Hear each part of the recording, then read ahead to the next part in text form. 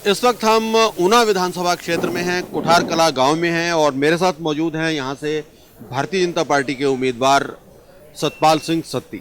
सतपाल सिंह सत्ती वरिष्ठ नेताओं में से एक हैं, भारतीय जनता पार्टी के अध्यक्ष भी रह चुके हैं, प्रदेश अध्यक्ष भी रह चुके हैं यहाँ पर, और इस विधानसभा क्षेत्र से 3 बार चुनाव भी जीत चुके हैं। और पिछली बार वो चुनाव नहीं जीत पाए थे, लेकिन एक बार फिर से वो पार्टी ने उनमें विश्वास व्यक्त किया है। सबसे पहले तो सतपाल जी, मैं आपसे यही सवाल पूछना चाहूँगा, क्या कारण रहे कि आपने लगातार 3 बार यहाँ से चुनाव जीता, लेकिन पिछले चुनाव में आप जीत हासिल नहीं कर पाए? क्या आपने उसकी वजूहत को ढूंढने की कोशिश की और इस बार के चुनावों में उसमें आप कुछ जो है उसको रेक्टिफाई करने की, जो गलतियां आपसे रहेगी उनको ठीक दूर करने की आप कोशिश कर रहे हैं? इसमें पिछली बार जब चुनाव हुआ था उस समय ऊना से कांग्रेस पार्टी जीत करके गई थी। 3 बार ऊना की जनता ने हमें जिताया। कुछ कमियां उस समय रही होंगी, कोई बातें होंगी जो लोगों के मन में था।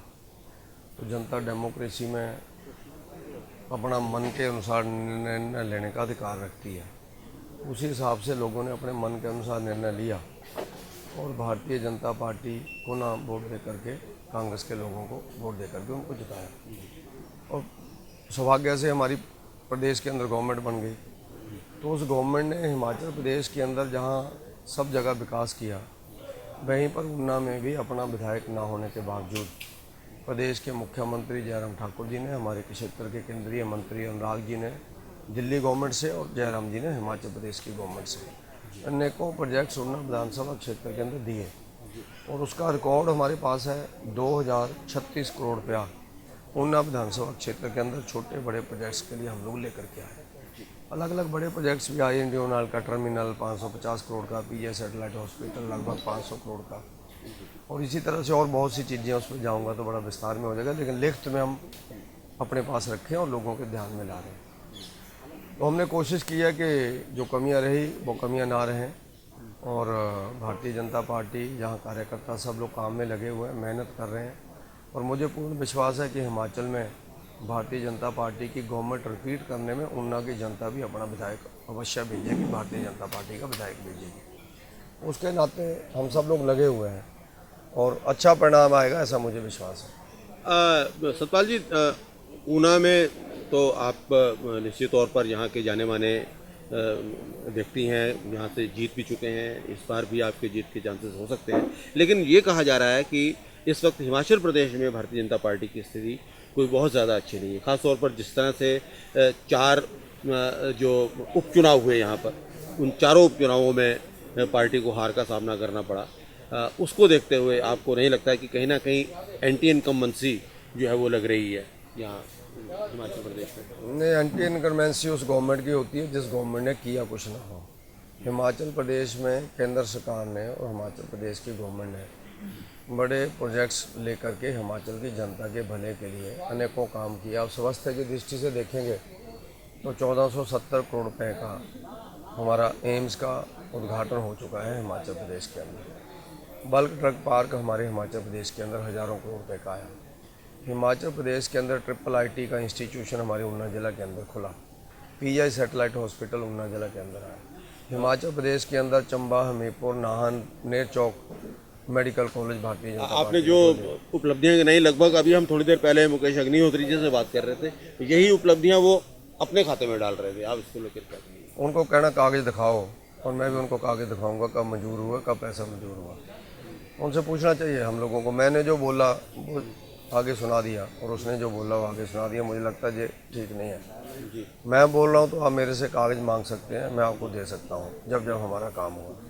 वो बताएं। मैं तो उनसे एक ही प्रश्न पूछता हूँ। उनसे आपने पूछना था कि आप इंडस्ट्री मिनिस्टर रहे, इतना बड़ा bulk drug park Bharatiya Janata party लेके आई। नेस्ले हम लोग धूमल साहब के टाइम पर लेके आए, क्रेमिका हम लोग धूमल साहब के टाइम पर वो एक भी इंडस्ट्री बता दें ऊना जिला के अंदर तो बड़ी दूर की बात है। अपने विधानसभा क्षेत्र के अंदर एक इंडस्ट्री का नाम पूछना, दोबारा थोड़ा फ़ोन से पूछ लेना उनसे कि एक इंडस्ट्री बताओ जो आपके टाइम पर आई है। बल्क ड्रग के पार्क के बारे में भी ये कहा जा रहा है कि ये बिल्कुल एक ऐलान है, बिल्कुल आखिरी समय पर किया गया ऐलान है और ये सिर्फ एक ऐलान बनकर ही रह जाएगा। अभी तक इस पर कोई कुछ सब्सटेंशियल इसमें कुछ भी नहीं हुआ। कांग्रेस के लोगों को सब्सटेंशियल तब तक नहीं लगता जब तक उनकी जेब के अंदर पैसा नहीं आता है। भ्रष्टाचार जब नहीं होता, उनको लग रहा है कैसे शुरू हो गया। मोदी जी ने 11 महीने पहले इसकी DPR मांगी और 11 महीने के अंदर अंदर मंजूर भी हो गया, DPR भी बन गई और उसका शिलान्यास भी हो गया। तो ये कांग्रेस लोगों का दुर्भाग्य है विचारों का कि वो कल्पना ही नहीं कर सकते हैं कि इतना बड़ा प्रोजेक्ट 11 महीने के अंदर भी कोई गवर्नमेंट शुरुआत कर सकती है। उनके तो 11-11 साल लग जाते थे। तो उसके नाते कांग्रेस के लोगों ने तो कोर्ट में जाकर के रोकने की कोशिश की। और उनका मंडल DC से मिला मेमोरेंडम, अखबार के अंदर न्यूज़ है कि उन्होंने कहा कि जी उस एरिया में तो जंगली जानवर बहुत मर जाएंगे सारे अगर आप वहाँ पर इंडस्ट्री खोलेंगे। फिर एक व्यक्ति हाई कोर्ट के अंदर भेजा, हाई कोर्ट ने उसमें स्टे नहीं दिया और फिर जो 6 महीने बोलते रहे इसमें कुछ नहीं होगा, तो मजाक कर रहे हैं। जब हो गया तो कह रहे हैं कि अब बढ़ेगा नहीं। अब उनसे जब पूछना चाहिए कांग्रेस के लोगों से, अपने घर के 2 कमरे बनाने हो तो भी 2 साल लग जाते हैं। तो 50,000 करोड़ रुपए की इन्वेस्टमेंट वहाँ पर आएगी। 1,000 करोड़ रुपये नरेंद्र मोदी जी ने मुझे 1900 करोड़ रुपये की DPR मंजूर की है, जिसमें से 300 करोड़ रुपये नरेंद्र मोदी जी दे करके शिलान्यास कर गए। अब इसके माध्यम से वो 14,500 कनाल ज़मीन के अंदर सड़कें बनेंगी, रोड्स बनेंगे, पानी की व्यवस्था होगी, सीवरेज की व्यवस्था होगी, बिजली की व्यवस्था होगी। बिजली, सड़क, पानी और सीवरेज ये हिमाचल प्रदेश ने वहाँ पर गवर्नमेंट ने देना। उसके बाद आकर के वहाँ पर इंडस्ट्री आएगी। अब मैं उनसे पूछता हूँ कि 5 साल बोल रहे हैं, मैं तो कहता हूँ उनसे पूछ लो कि आपने क्या किया। पूछ रहा फ़ोन से जरूर पूछ रहा हूँ उनसे। बिल्कुल जी। आपके अगर इस क्षेत्र की बात करें तो पिछले 5 साल तो यहाँ कांग्रेस के MLA थे, सरकार हालांकि आपकी थी। तो उनकी अगर आपको अप्रेजल करने के लिए कहा जाए उनके कार्यकाल की, जो इस वक्त रायज़ादा जी आपके MLA हैं, तो उसके बारे में आप क्या कहेंगे? मैं नहीं बोलूँगा उसकी अप्रेजल, आप जनता से पूछ सकते हैं कि उन्होंने कोई काम किया है। मैं तो बोलूँगा वो ठीक नहीं थे, मैं तो नहीं बोलूँगा। विरोधी आदमी है हम सब लोग, वो मेरे बारे में बोलेंगे ठीक नहीं है। जनता क्या बोलती है, आपको जनता के इंटरव्यू लेने चाहिए कि उनके MLA बने हो, कितनी बार गांव में आए, कितनी उन्होंने काम किए, क्या उन्होंने कोई काम किया या नहीं किया। तो जनता ही किसी का भी, मुझे लगता है कि किसी को नापने तोलने का पैमाना लोकतंत्र के अंदर जनता है। तो मुझसे आप बोलेंगे तो मैं उसमें, मुझे लगता है उस पर कमेंट नहीं करना चाहता। और आप अब इस वक्त पूरी तरह से प्रचार में जुटे हुए हैं, लगभग सभी गाँवों में आप जा रहे हैं, तो क्या किन किन मुद्दों के साथ आप जा रहे हैं? क्या नए वादे क्या आप अपने कॉन्स्टिट्यूंसी के लोगों से कर रहे हैं? ऊना विधानसभा क्षेत्र में पूरे प्रदेश में भारतीय जनता पार्टी का एक मुद्दा है डेवलपमेंट, विकास। वो जो मुद्दा हमारा आज से नहीं है, 1951 से, जब से जनसंघ शुरू हुआ। हमारी पार्टी मुद्दों को बदल करके हमेशा चुनाव लड़ने वाली पार्टी नहीं है। तब भी धारा 370 हमारा मुद्दा होता था, आज भी हम उसके विरोध में हैं और हमने हटाया भी। राम मंदिर तब भी हमारा मुद्दा था, आज भी हमने बनाया है। तो ऐसे ही विकास हमारा तब भी मुद्दा था, आज भी मुद्दा है। देश में राष्ट्रवाद तब भी हमारा मुद्दा था, आज भी मुद्दा है। तो उसी कड़ी में ऊना विधानसभा क्षेत्र में हम अपने विकास के काम गिना रहे हैं और आने वाले टाइम में जो कुछ चीज़ें लोगों को लगता होनी चाहिए उनको करेंगे हम लोग। जनता के माध्यम से ही उसका फीडबैक लेंगे और ले भी रहे हैं, तो उनको भी हम लोग सिरे चढ़ाएंगे। आपको लगता है कि आपने 370 की बात की या राम मंदिर की अगर हम बात करें, तो हिमाचल में ये रेलेवेंट मुद्दे हैं यहाँ पर बाकी देश के मुकाबले में? हिमाचल पढ़े लिखे लोगों का प्रदेश है, राष्ट्रवादी लोगों का प्रदेश है। कभी भी राष्ट्र के विरोध में इस प्रदेश के अंदर एक भी व्यक्ति ने आवाज़ नहीं उठाई। ये जो मैं मुद्दे बता रहा हूँ, ये राष्ट्रवाद के मुद्दे हैं और हिमाचल की जनताओं से पूरी तरह से जुड़ी हुई है। जब जब भी इसके विरोध में आंदोलन हुए तो हिमाचल के लोगों ने बढ़ चढ़ करके उसमें हिस्सा लिया। ये हम सब के चुनावी मुद्दे नहीं, भावनात्मक मुद्दे हैं, राष्ट्र के मुद्दे हैं।